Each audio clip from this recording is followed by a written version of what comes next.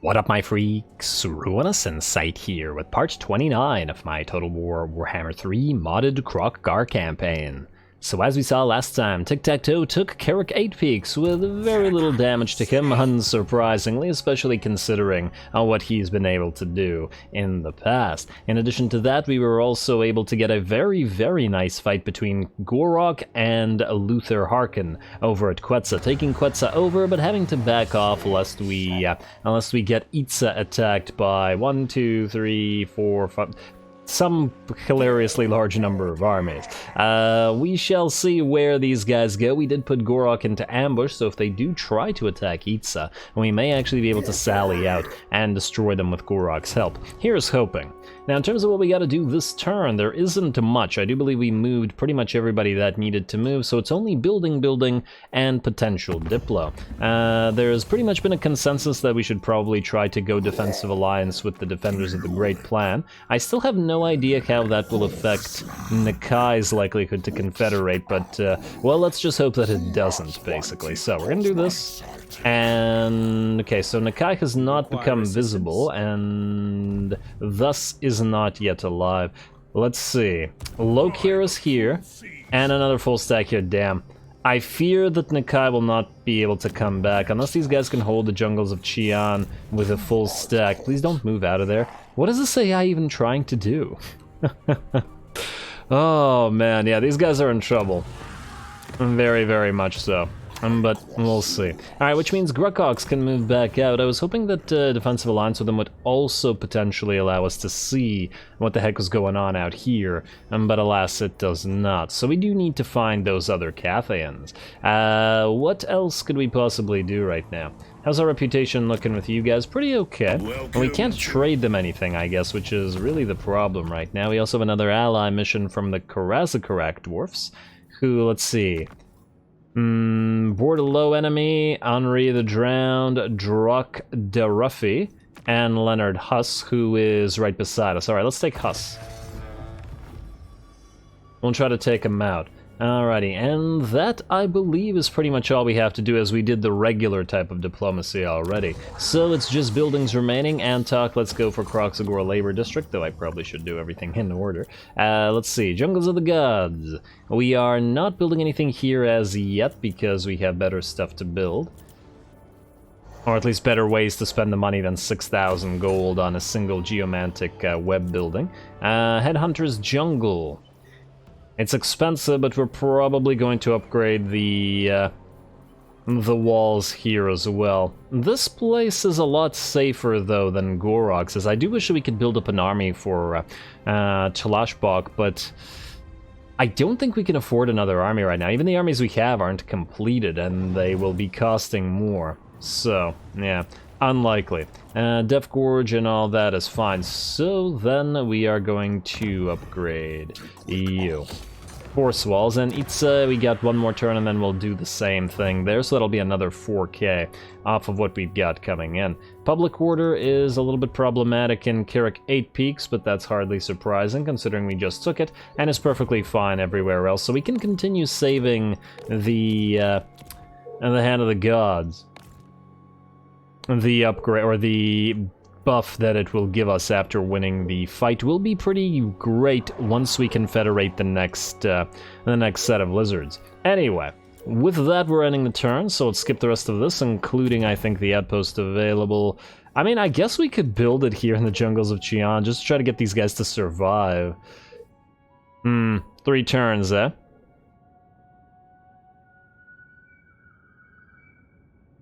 I have to wonder if that's actually even worth it. 1, 2, 3, 4, 5, 1, 2, 3, 4, 5. Okay, I can't tell, so I take it this would be the max amount of defenders, so it could probably be a little... you know what, yeah, let's do it. Let's try to protect them a little bit. Outpost, even though it gives us absolutely nothing. Just to do this. There you go. 3 turns. And if Lokir comes here in the time that it takes to build that up, then we'll probably just delete it as otherwise it's not gonna help. Alrighty, well, let's hope that you survive until Nakai comes back, and in the meantime, now we can end the turn and proceed to Black Crag, and ooh, yes, wait, I want to see what's gonna happen here. Gorok versus potentially all the armies. Mazda, what you want, buddy? Defensive Alliance, no, but how about Confederation? Minus 25, huh? It was minus 24 before. I wonder if the Defensive Alliance changed the likelihood of Confederation with them a little bit. But even if it did, and we still probably have to wait until Mazda or Xhotl loses a bunch of stuff, and ooh, what do we have here? Well, the ambush did certainly fail, but these guys are still kind of nearby, and quite destroyable by the looks of it. I am tempted to take advantage of this. Yes, ambush was foiled. Confederation between the Bone Rattlers and the Darklands Orcs. Ally begins outpost construction. Defenders of the Great Plan, great for them. Astronomer, sure, don't care about that. Imminent Rebellion here. But that's actually here, so that we don't care about. So yes, Gorok. You're gonna be able to strike at this. That's a lot of enemies. And I do have to wonder which of them it would be best to attack. Probably this one here. Mostly because it's a weaker army that we could destroy without the others' interference, and then destroy the others as they come in, especially since they have relatively light air defenses, though I suppose the same is true of the other armies. And this one actually has some crossbows, a decent amount, though the crossbows aren't really a threat to the Pterodon Riders, or at least not a great threat. But anyway, we'll do that in a second. Let's see what else we have. First of all, to check the Confederation likelihoods. 24 and 47. Damn, Ghost of Pohwak has rebuilt their army. Okay. And Cult of Sotek is strong, but yeah, that's Cult of Sotek. Also, we have to double check whether Nakai has come back. And actually what happened here. So, Daicheng has been destroyed. Shiwu is still alive, but it did get sacked by this, so it means most likely it'll fall next turn. And then, did you actually move your army out? Are you kidding me? They actually moved their army out. Yeah, it's not looking so great for these guys. Really quite ugly, in fact. Ah, man. It'll be quite disappointing if Nakai dies like this, but if he does, what's his face?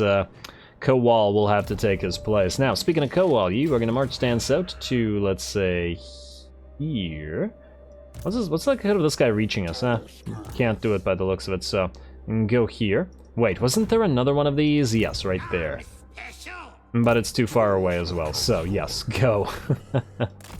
Like so, and then Farak, you're going to follow along. Fire army begins soon. Alright, good. Now, Kroq-Gar.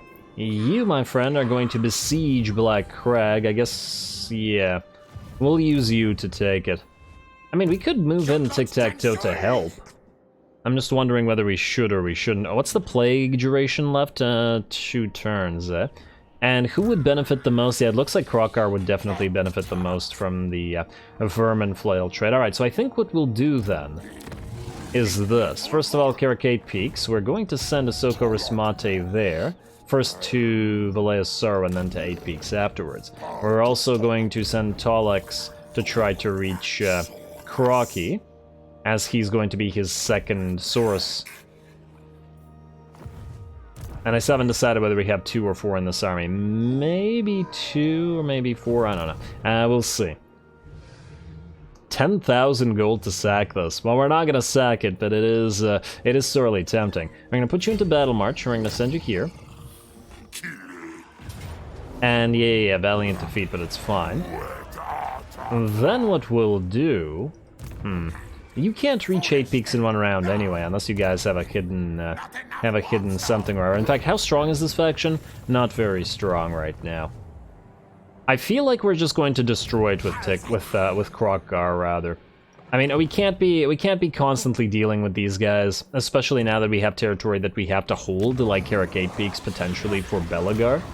So yeah, so what we're going to do is we're going to move you, Tic-Tac, into March Stance. We're going to have you help at Black Crag. 2 legendary lords together. Granted, we don't need your help here, but it'll make the battle easier and it'll allow Kroq-Gar to move this way, while Tic-Tac instead moves this way. Then, everything else here is set up. Let's see what else we've got.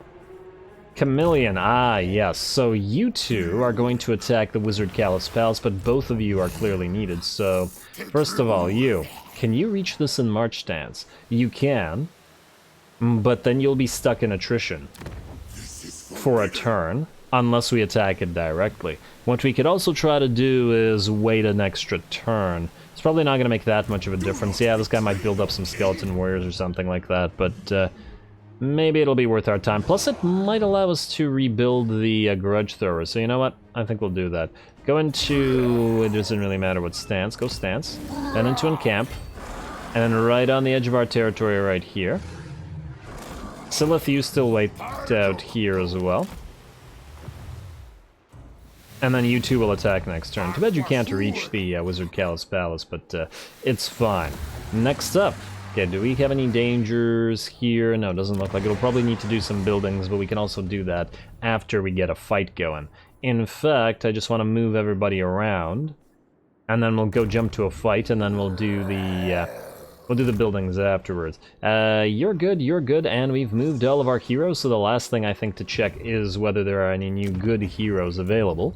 Source Scarvets might have to mill through at least one or two of you. How about the Skink Chiefs and Priests? Tough. Okay, that one's gonna get milled through anyway, and yes, the other Kroq-Gar leader, which does tempt me, but we'll wait for you to mill yourselves.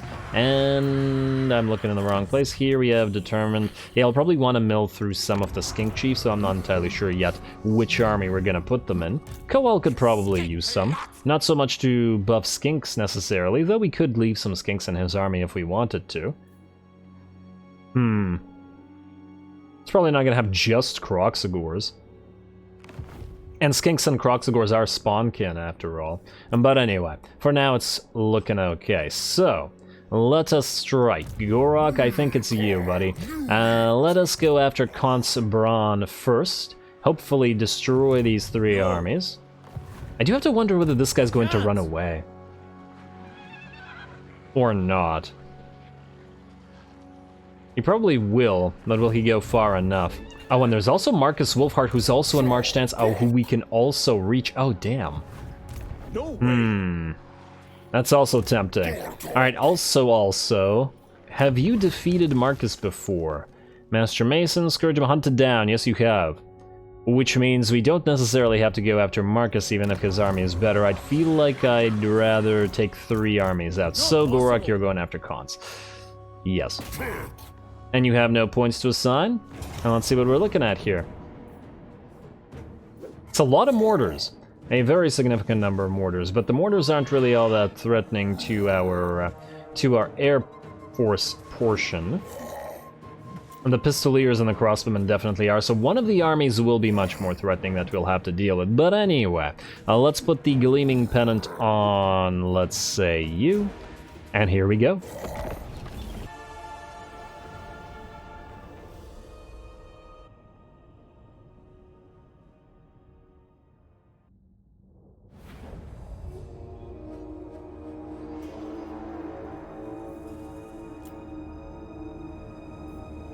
Alrighty, looks like Gorok wants to stay silent this time around, but that's okay. Here we go, we got 3 armies, and they will be occupying some very different portions of the map, which is actually kind of interesting in this particular situation. So, first of all, we have the reinforcing army that's more melee-based, with the mortars that is coming out here. We have the first army, which is sort of partial range, partial melee, out here, which we've deployed our Pterodon Riders with Fireleech Bolas against. And then lastly, the army that's a threat to the Fireleech Bolas is going to get pounced upon by our entire Saurus line and Gorok from out of the jungles as they move on to the map as well. So I think this way we can rock, paper, scissors the enemy to death, where the enemy range doesn't have much chance against the Saurus already in their faces, and the enemy melee is going to get wrecked by the Pterodon Riders with Fireleech Bolas. Seems pretty great. Also, just want to take a look around the map. Lots and lots of ziggurats in the background. One there, some here as well. There's one.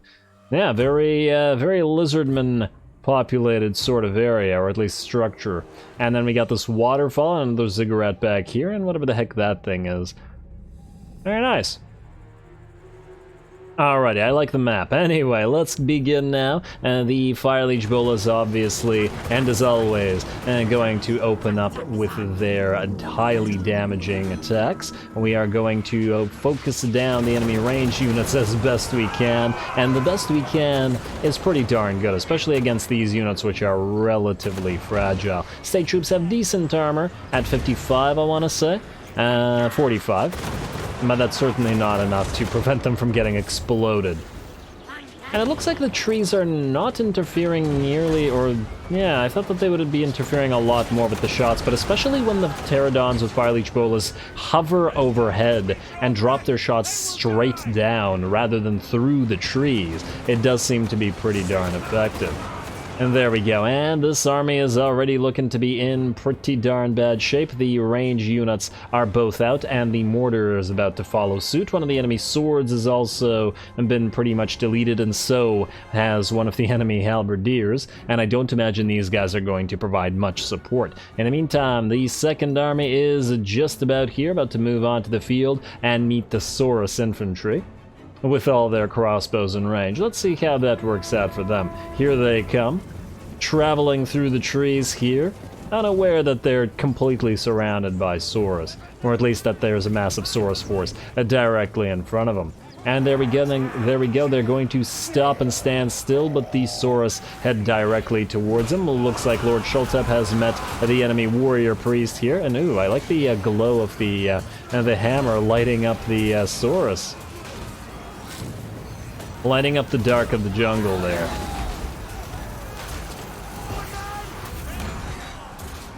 Alright, and I'm sure Gorok is also somewhere in the middle of all of this. It was kind of hard to say where exactly. He's right out here as well. Leading the Saurus in melee.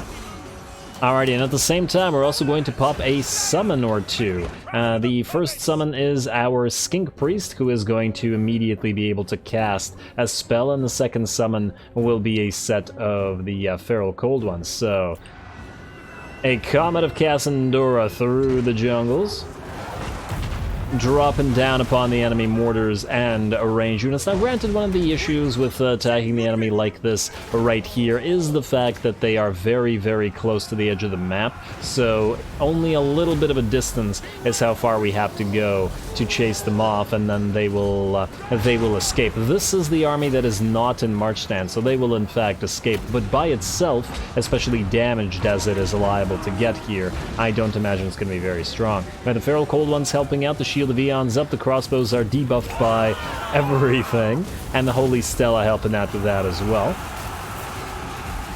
Yeah, imagine being on the ground in this, the Holy Stella also causing some kind of smoke effect. You just can't see very far at all. There's angry raptors biting your face.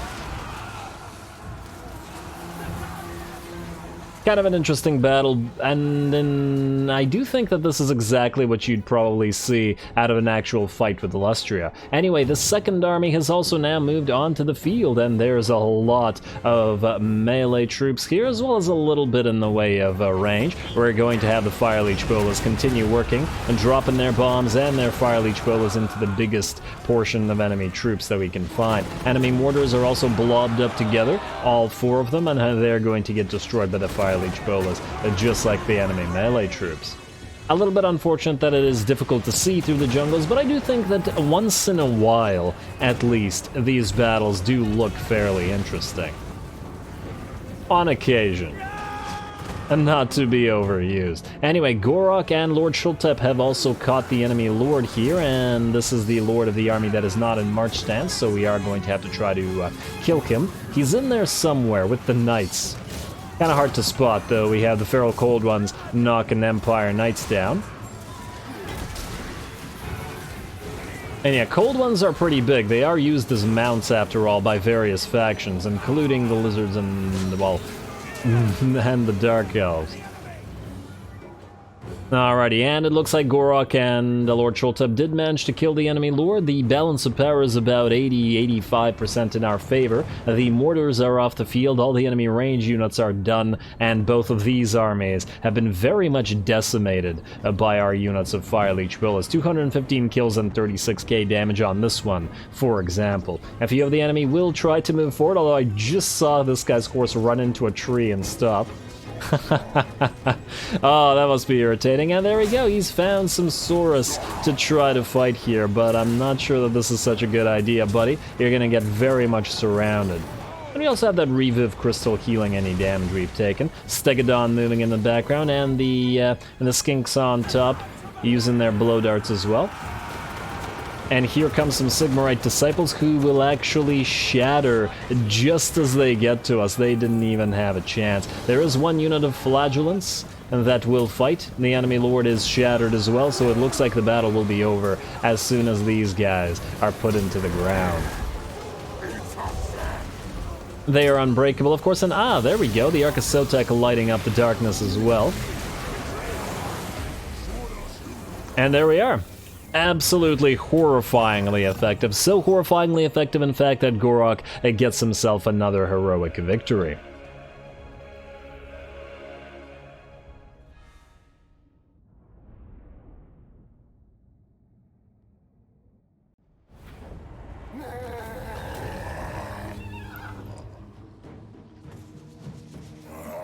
Alrighty, very, very nice. Some damn solid rock, paper, scissoring there, if I do say so myself. And man, with the battles he's been getting, Gorok has certainly joined our roster in a big way, hasn't he? Another heroic victory for him. Now we can take the money, which is decent, but I feel like considering the amount of fights we're about to have, we may want to kill and eat regardless, so we're gonna do that. One of these armies will escape. Unfortunately, we can no longer reach Marcus here, but, well, not much we can do about that. Now, you are in range of destroying this army, and poison attacks. Carnivorous Horticulturalist. Gorok, you could use poison attacks. So the Mace of Olmag does not confer anything, and none of your abilities confer any attack types. We need to get you a Lichbone Pennant for magic attacks and, well, the poison attacks as well. Alright, that'll work. So let's get you that, whatever it was called, Carnivorous Horticulturalist? Yes. I suppose we could also put the poison attacks on other lords, but you can have them for now, because you're always in the middle of a bunch of enemies that you're fighting, and there's nothing else that you need here, so good. Now, you did level up, or actually your minions did level up. Lord Xhotl, you have all the good stuff here for the Saurus. So I guess we start, you know what, maybe we actually want to get We Are the Elite for you. Now, it's going to take some time before these guys level up, but... Rank 7. Yeah, it will take time to get to rank 7. We could at least get you Blade Master in the meantime. Yeah, let's get you Blade Master. Alright, fair enough. And then your Skink Chief, which may or may not stay in this army, I haven't decided. You are going to go Survivalist. I mean, once again, we could just get a couple of Skink Chiefs and then use them as Ancient Stegs or as regular Stegs instead to provide some relatively low-range artillery, because Gorok might need a little bit of arty in his army. We also have to figure out who we transfer the Pterodon Riders to, because he's obviously not keeping a billion of them, especially considering we're using them in many armies. Also, Force Walls, definitely get you up and running. Then, Gorok, we're going to need you to attack this guy right here. I'm now wondering whether auto-resolve will be... You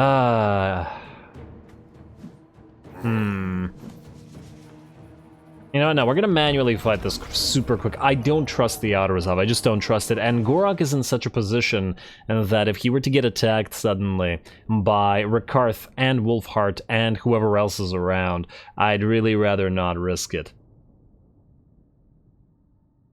I'm actually hoping that Wolfheart tries to siege ITZA next. If we can go into ambush after this battle, and I'm not 100% sure that we can, but if we can, it's gonna be quite nice.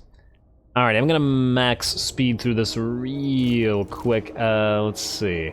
Oh, you guys aren't even hiding in the trees as much as I thought you would be. Let's do this. Head you all directly towards the enemy. Don't bother skirmishing. And the rest of you, I guess, can be group 2.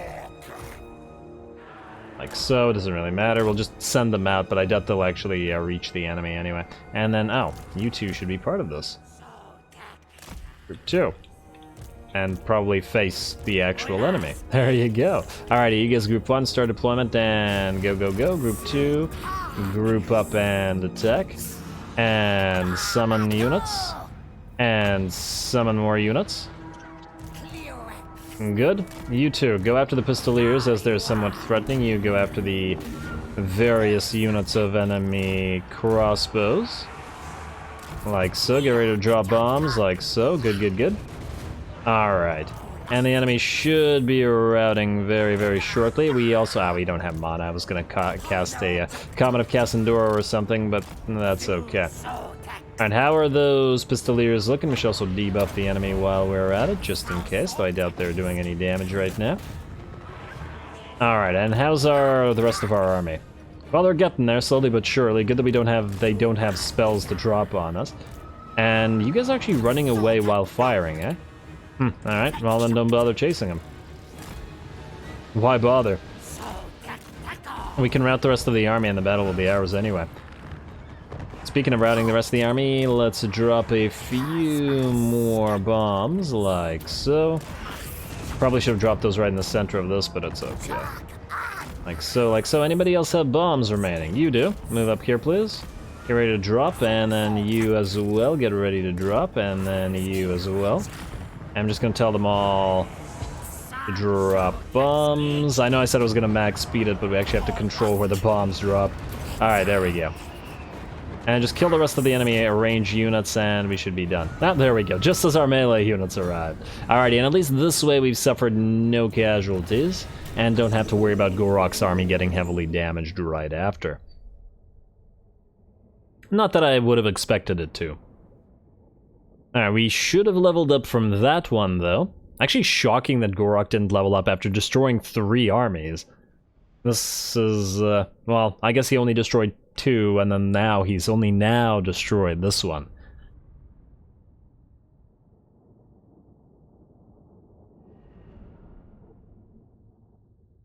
Come on. Come on. You can do it.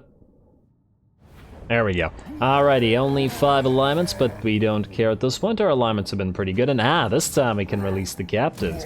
Perfect. Alrighty, down you go, my friend, and what do we have? We are able to go into an ambush. Beautiful. So, you're gonna stay here. Let me move this way a little bit. And we'll see what Marcus Wolfhard does. He is moving down this way, so if he tries to siege ITZA, then we will go for him. Quetzal will probably fall to one of these guys, but, you know, it's fine. Not a big deal. We'll retake it. We need to deal with all of this first. And wow, Gorok, you didn't level from that either. Come on, man.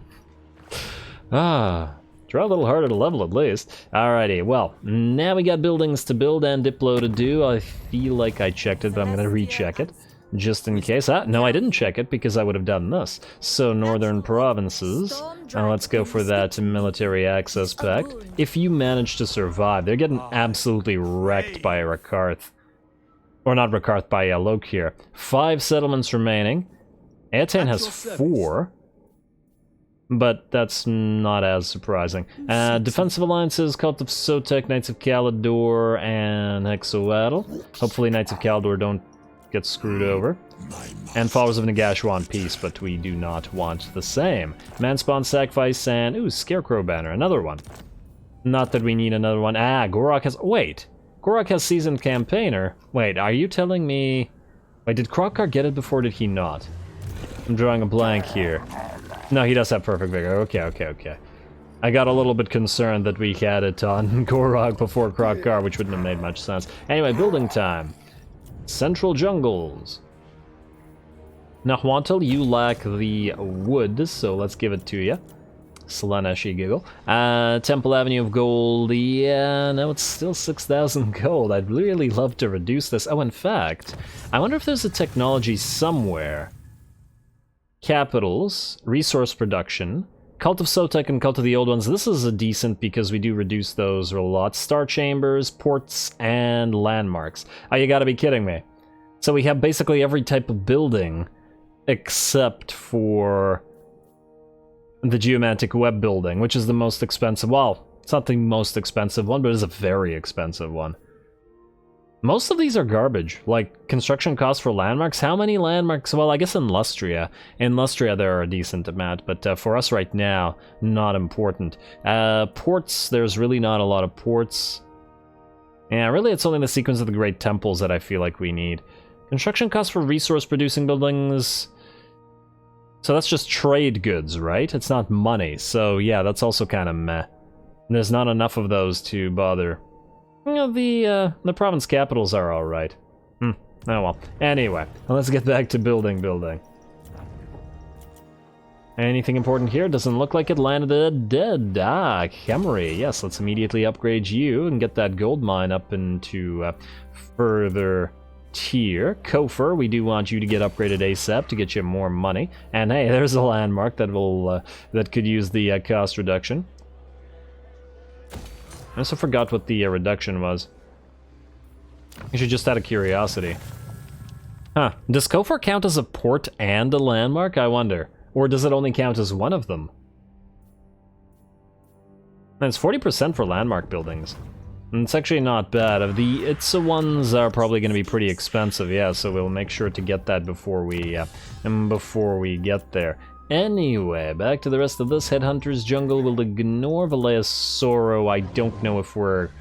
Well, for how long we're going to keep this. Also, Oldest. Oldest is back. I love the name. And let's see, Great Mortis Delta, Black Pyramid of Nagash. Okay, yes, we definitely want to build walls here, just in case. And Crooked Fang Fort we will be trading away. Do we trade it right now, though? I mean... I guess we could trade it right now. Let's see how much money this guy has. Also, just want to double check if I've already... Yeah, okay. How much are you willing to give us for Crooked Fang? Hey. Trade. Crooked Fang. 23.5, and not a lot of money. Who are you not fighting against right now? Join war against Kazakh, Fekondites, and Cult of Pleasure. Oh, wow. Just Cult of Pleasure alone. What about these two? No, just the one. I think we've put him into too many wars, so now he's having a bit of a tough time. We can do just like one of them, one of the lesser ones, and still get most of the money. I like the Fekondites, for example. I kind of want to give it back to him just so that he can start building it up again. Yeah, take it. Already done. And the reason I keep wanting to do this and to force him to declare wars is once again so that he, Thorek, and the Knights of Kalador keep fighting the same enemies. They're now... Oh, damn, they don't like the war with the Hunts Marshal's expedition in Wardlow Errant. Have you peaced out with them? I thought we had you at war with them. Oh, yeah, he has peaced out with them. Or maybe I never did force a war with them. Minus 20, yeah? Well, we could probably cancel that by trading him the Tower of Gorgoth and forcing him to declare war on them again. It's certainly a possibility. Man, and these two are just becoming reasonably friendly with each other. Yeah, -5 to -9. It's not bad. It's not bad. The aversion is still hard to overcome. We just need a few more wars for them. I wonder how these two feel about each other. 76 to 63. Ugh. Yeah, so this is a lot more likely to become a war. And if it does, well, I'm not entirely sure what we'll do. We're not technically allied to either of these factions, but if Karazakarak or Thorek get into it, then, well, we'll have to get into it as well. Anyway, Kroq and Co, you have some skill points, but I think we'll just forego doing those right now. And attack Pyrrhic Victory with Tic-Tac-Toe's army here? I sincerely doubt that. Also, Standard of Chotek. Do we put this on Kroq or on Predat? They are susceptible to missile damage.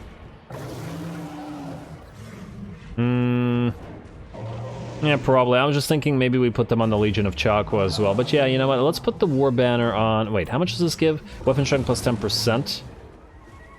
The aura doesn't... The missile resistance doesn't transfer an aura, so let's do this. Put the Sun Standard of Chotek on Kroq. Oh wait, no, we don't need to. He has his healing potion now. Until he gets the Hand of the Gods, this is fine. Mostly I just want Kroq to hit as hard as he can. Anyway, let's do this. Black Crag time.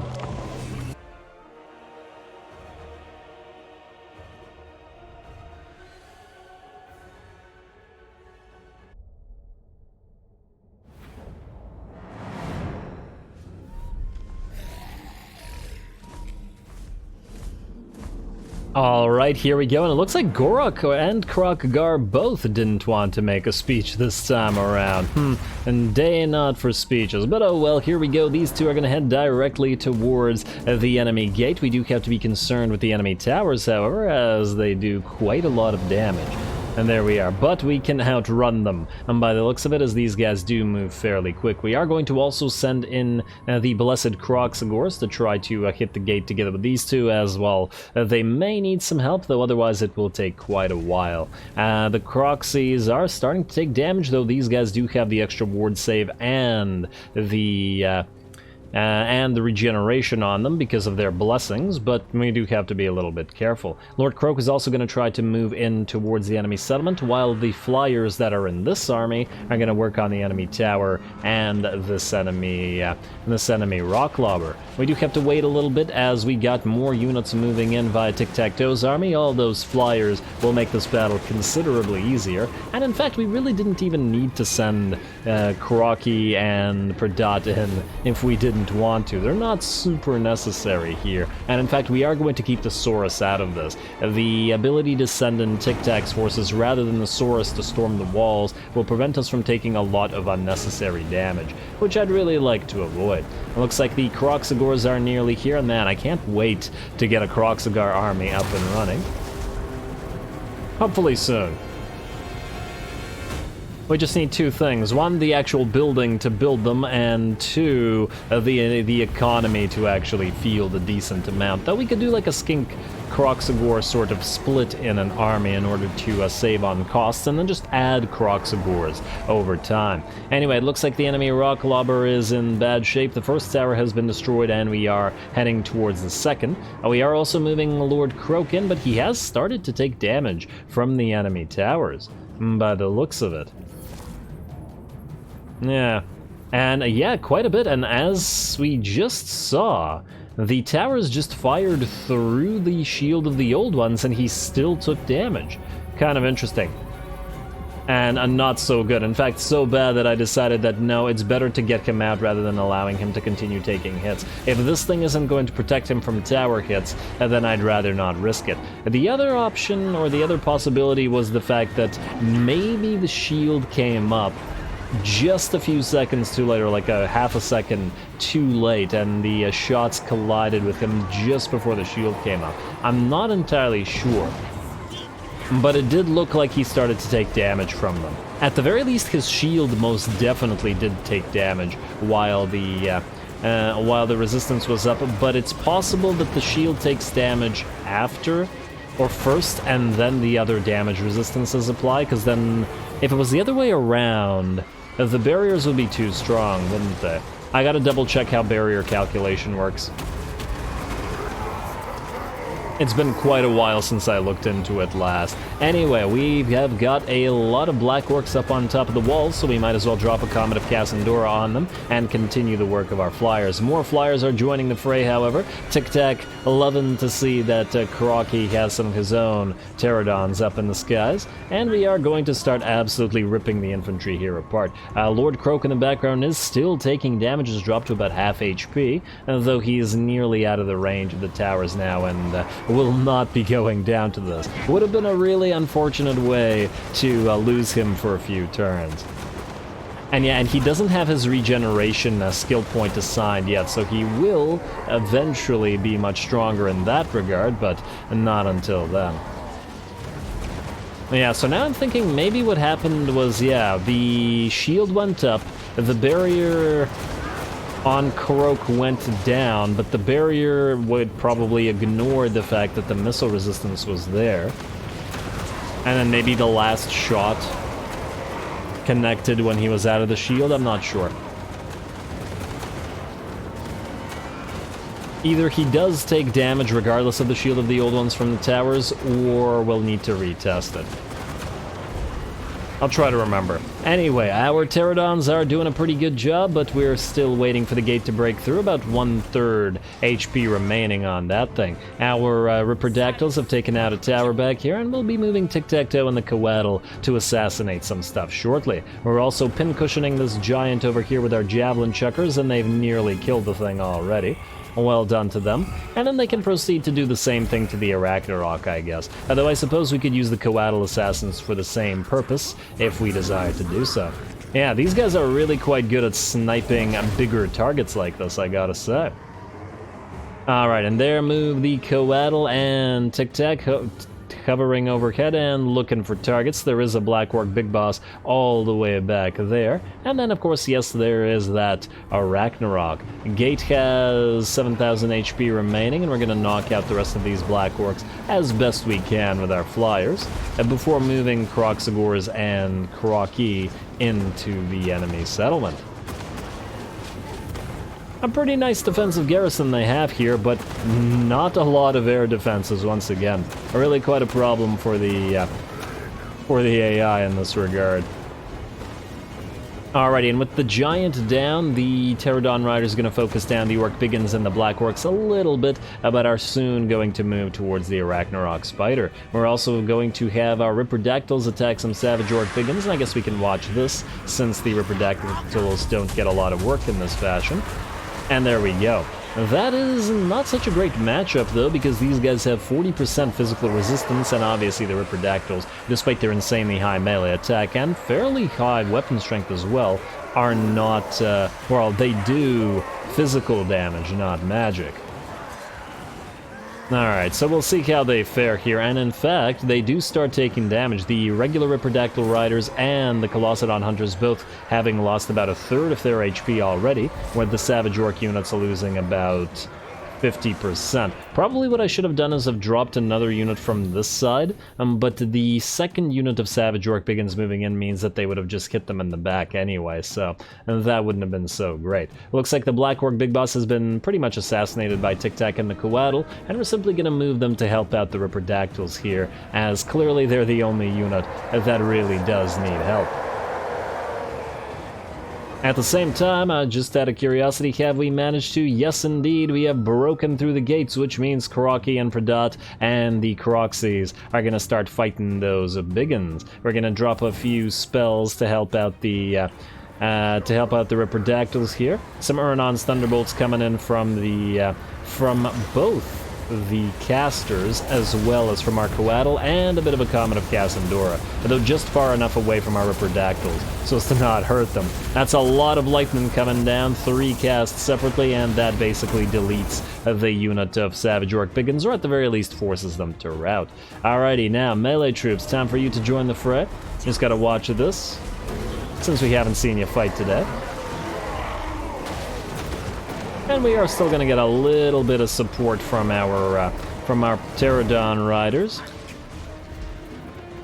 Though unfortunately one of them did get hurt. This one ran out of ammunition over here and decided to go into melee and fight all of these guys at once. Because, you know, being out of range ammunition means you should go into melee.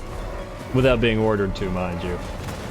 Alrighty, ooh, some of our own units taking a few hits from those Pterodon Riders, or those Fire Leech Bolas, though I don't imagine the Kroq-Gars really care all that much. Nice charges from both the Carnos and the Kroxes. And we got some more Biggins to fight. No Black Orcs left here by the looks of it, or at least so few that they refuse to fight any longer. And I do believe the battle will end shortly, once we're through all of these melee troops. And let's see, up here we've also been focusing the Ragnarok, I think. If we haven't brought it down already, it's probably already been destroyed, just like the Giant has by the Pterodon Riders. Yeah, feel quite bad for the AI in these particular situations. But oh well, it's free territory. Besides, this is all territory that Kroq-Gar, well, with the possible exception of Black Crag if we end up keeping the province of Death Pass, but most of these territories have been territories that we're not holding on to and are just trading to our Dwarven allies, so, yeah. Alrighty, and it looks like all the Biggins are routing. The Kroq-Gars giving chase at the very least until the enemy decides to shatter. And oh look, some Boar Boy Biggins have charged in to try to help out. Or are these regular Boar Boys? Nope, they are Biggins.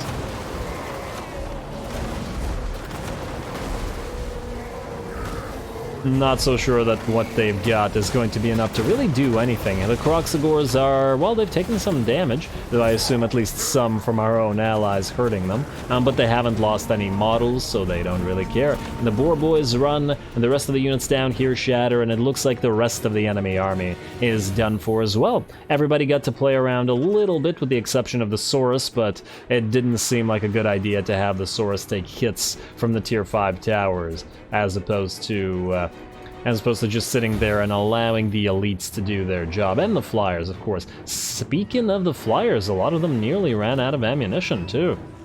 So we were very near to having the melee units actually work through the rest of this. Not that it ended up mattering or happening. Decisive victory for us, and oh, I just realized another reason one of the Ripperdactyls probably got so badly hurt was because Tic-Tac-Toe's army is in march stance, so the vigor loss, which is very severe, of a debuff in SFO probably would have done significant damage to them. Yeah. I'd like to try them again against another unit of Biggins, if possible, before the Bloody Hands die, with the vigor in a proper, well, not lost, basically.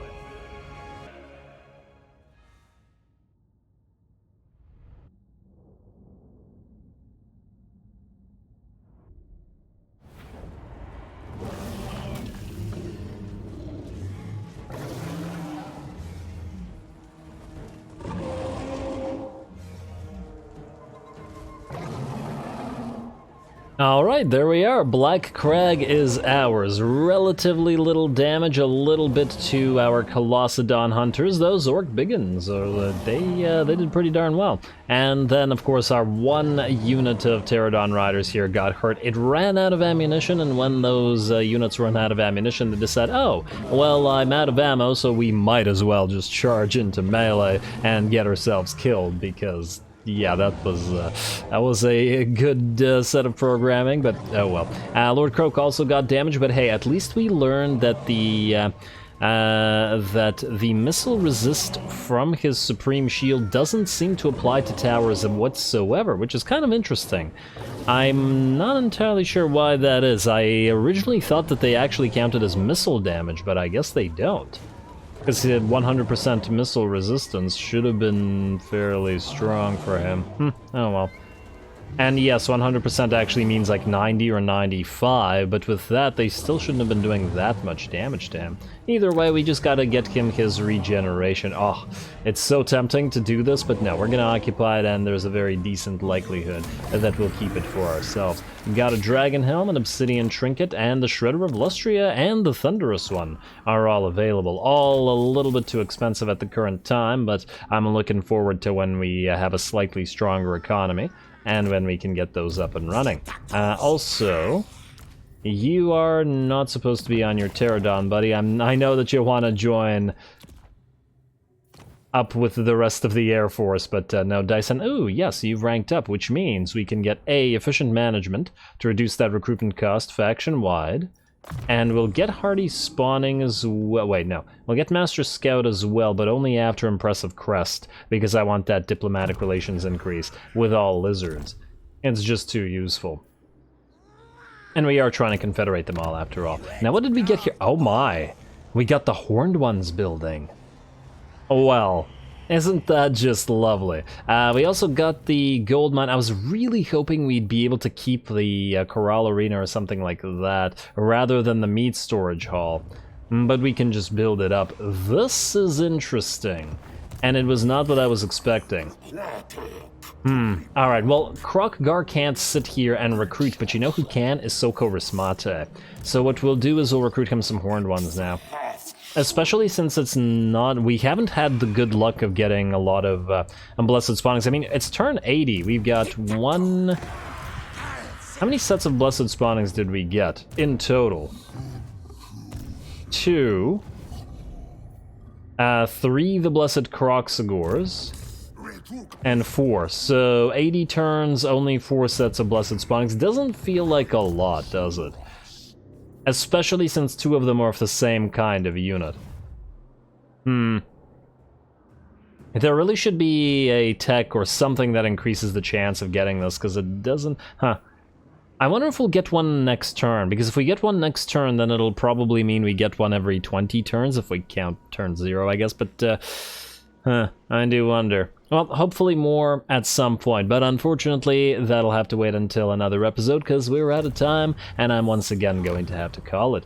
Black Crag is a pretty nice pickup, but we will have to move away both armies from here, as in that was probably the one and only time Tic-Tac and Kroq work in concert against a single target, as Kroq will move out to try to find Queek, and if not, just destroy this faction because we can't leave them here, and then Tic-Tac will move up this way and start burninating the remnants of the Bloody Hands, maybe all the way to Ekrund, and we probably are going to hold on to at least some of these territories in the hopes of transferring 8 Peaks to Angrund. I'd really like to do that.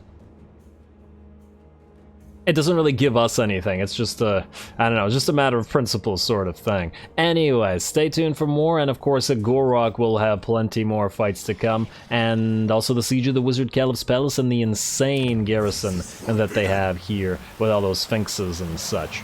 Yeah, great battles to come. Don't forget to leave a like and comment. All glory to the algorithm. And thanks for watching.